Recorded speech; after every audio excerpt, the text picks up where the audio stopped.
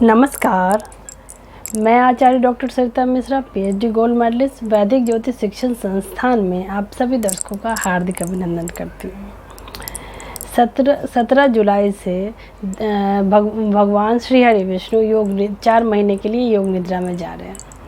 तो आज के इस विशेष कार्यक्रम में मैं आपको जानकारी दूंगी कि इस बार चतुर्मास कब से कब तक रहने वाला है, चतुर्मास की समय अवधि क्या रहने वाली है, इसके साथ ही चतुर्मास के समय हमें कौन से कार्य करने चाहिए, कौन से नहीं करने चाहिए, इसका शास्त्रों में क्या महत्व है, मैं एक एक करके इन सभी के बारे में आपको विस्तार से जानकारी दूंगी। तो वीडियो आप सभी के लिए बहुत ही महत्वपूर्ण है, तो वीडियो को अंत तक देखिएगा। और यदि आप में से कोई अपनी कुंडली मुझसे एनालिसिस करवाना चाहते हैं या ज्योतिष सीखना चाहते हैं तो वीडियो के अंत में स्क्रीन पे दिए नंबर पे जाके आप मुझसे संपर्क कर सकते हैं। तो चलिए जानते हैं कि इस बार के चतुर्मास की क्या सब खास बातें हैं। आइए इसको विस्तार समझते हैं। हिंदू पांचांग के अनुसार आषाढ़ माह की शुक्ल पक्ष एकादशी तिथि को से ही चतुर्मास शुरू हो जाता है। ज्योतिष शास्त्र में चतुर्मास को बहुत ही महत्वपूर्ण माना जाता है। चतुर्मास में 4 महीने होते हैं जो कि भगवान विष्णु को समर्पित होते हैं। तो चलिए जानते हैं कि इस दौरान हमें किन बातों का ध्यान रखना चाहिए। चतुर्मास के बारे में जानने से पहले आइए सबसे पहले समझते हैं कि यह कब से कब तक रहने वाला है, इसकी समय अवधि क्या है। आइए इसको एक बार समझ। यूँ तो हर साल आषाढ़ माह के शुक्ल पक्ष एकादशी पर चतुर्मास शुरू हो जाता है। इस बार इसकी शुरुआत 17 जुलाई से हो रही है। इस दिन देवशयनी एकादशी भी है। एकादशी तिथि 16 जुलाई को रात 8:35 पर शुरू होगी और इसकी समाप्ति की अवधि रहने वाली है 17 जुलाई की रात्रि को 9:04 पर। ऐसा माना जाता है कि देवशयनी एकादशी पर भगवान श्री हरि विष्णु योग निद्रा में चले जाते हैं और इसके बाद सावन मास से संसार की बागडोर भगवान शिव के हाथों में चली जाती है। चतुर्मास के 4 महीने के बाद देवउठनी एकादशी पर इसका समापन हो जाता है। इस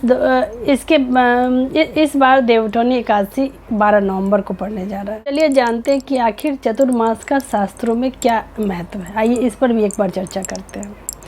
सनातन धर्म के अनुसार संसार का संचालन भगवान विष्णु के हाथ में होता है। इस दौरान भगवान विष्णु 4 महीने के लिए बैकुंठ धाम छोड़कर पाताल लोक में वास करते हैं। 4 महीनों के लिए विष्णु जी योग निद्रा में रहते हैं और इन 4 महीनों तक कोई भी शुभ या मांगलिक कार्य नहीं होता है। मान्यता है कि योग निद्रा में जाने से पहले श्री हरि विष्णु संसार का सारा कार्यभार भगवान शिव को देकर जाते हैं। यही वजह है कि चतुर्मास में आने वाले श्रावण मास में भगवान शिव की पूजा की जाती है। इतना ही नहीं, इस समय भगवान विष्णु के साथ साथ सभी देवी देवता भी योग निद्रा में चले जाते हैं।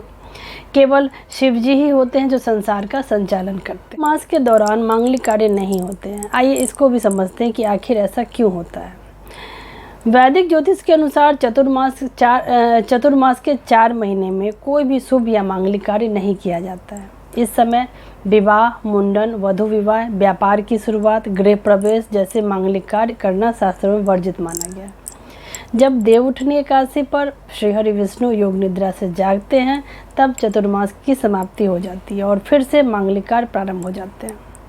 शास्त्रों के अनुसार किसी भी शुभ कार्य के लिए भगवान विष्णु और माँ लक्ष्मी की पूजा की जाती है, लेकिन चतुर्मास के दौरान विष्णु जी और माँ लक्ष्मी समेत सभी देवी देवताओं के योग निद्रा में होने की वजह से इस समय कोई भी शुभ कार्य करना वर्जित माना जाता है।